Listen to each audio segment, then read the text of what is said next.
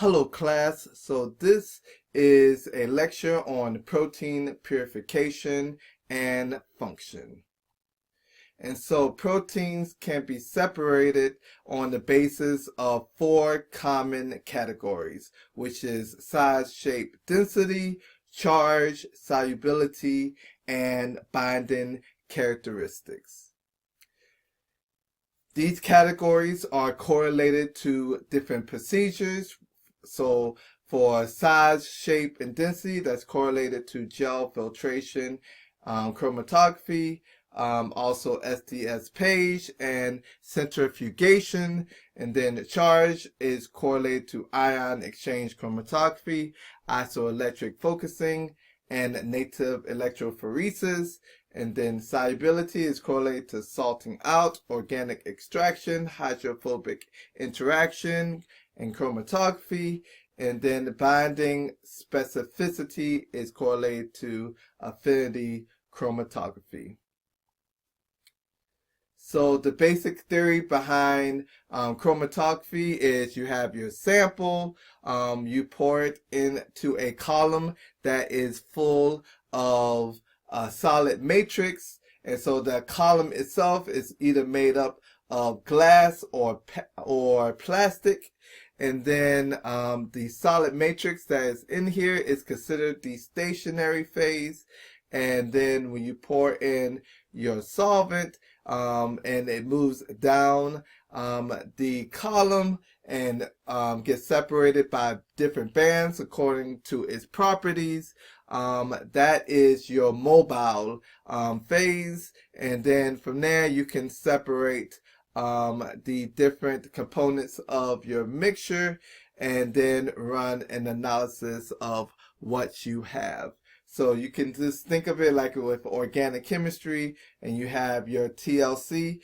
Typically people use the TLC plate to test to see whether or not a particular separation can happen before they actually run a column chromatography.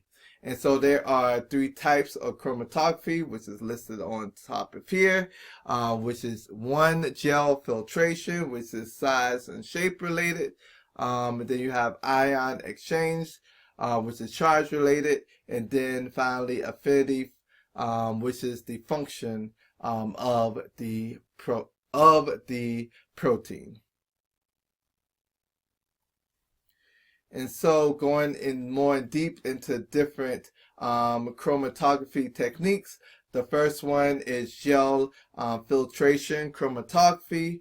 And so this is more so of a size exclusion chromatography, where you have beads where it has certain cavities within the beads that capture smaller proteins. So it takes smaller proteins a longer time to pass through the column, and the larger size proteins come off first. And so we can have the separation being based off of size and shape.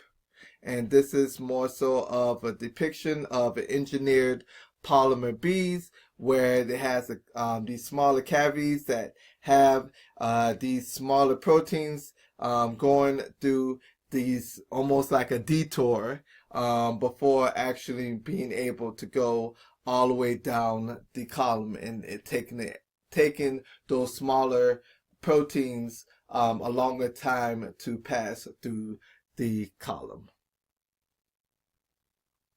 And then you have ion exchange chromatography, and this is very much pertinent to the pH value of the solution. And so if the pH is below the isoelectric point of the protein, then that protein has a positive charge because it's more protonated. But if the pH is higher than the isoelectric point, then that protein is more negatively charged. And so you can have beads that are negatively charged, which will interact with the positive charged proteins, and thus causing a separation due to charge, because the negative charge protein will go off of the column first, then followed by the positive proteins. And so this type of column is called a cation exchange because of the cation, the positively charged protein is what is being slowed down and being interacting with the bees.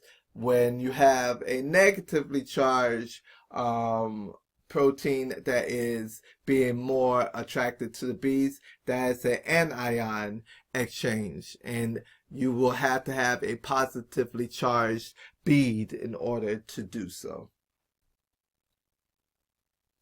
And this is just more so of text that you can just read through that basically explains the same concept of what I was stating.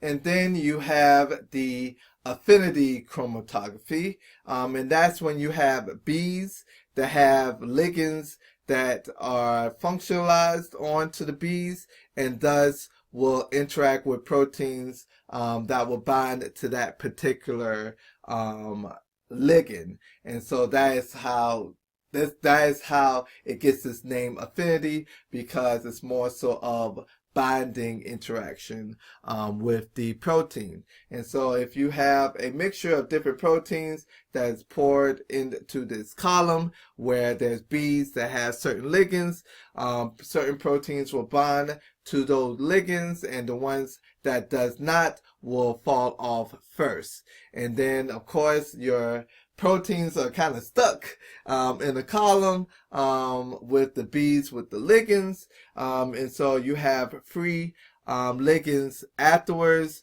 that you pour in to free those proteins off of the column. And thus you don't get pure protein, you have these proteins that are attached to ligands. So that is one of the cons to the method, that protein is not all the way pure. And this is just the text version of what I explained for the affinity chromatography that you can read for yourself. And then now we have electrophoresis. So electrophoresis is a analytical process to help characterize proteins as they are purified. So the method itself is not a purification. So just like how a TLC plate is really not one of those methods for actually doing purification, it's more so of being able to see purity of your sample. It's the same sort of idea, and it helps estimates the number of different proteins that are within the mixture and the degree of purity of a particular protein solution.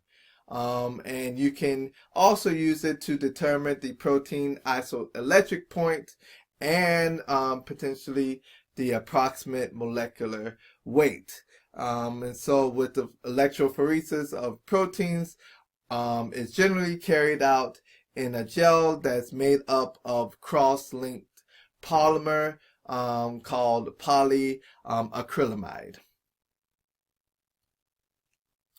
And so as far as quantifying these electrophoresis of the protein, you can have the electrophoretic mobility calculated by looking at the E, the electrical potential, and the velocity of the molecule moving.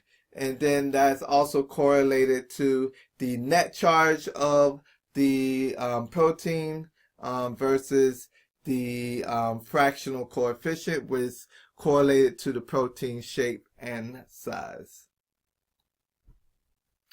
And so this electrophoresis is very much dependent on pH and the protein isoelectric point. So when the pH is near the isoelectric point, that protein will stop moving in that gel. And if the pH is below the isoelectric point, then that protein will have a positive proton concentration. And then if the pH is above the isoelectric point, then you have more so of a negative charge protein. And so within this gel strip, you have a variant of different pHs that are there.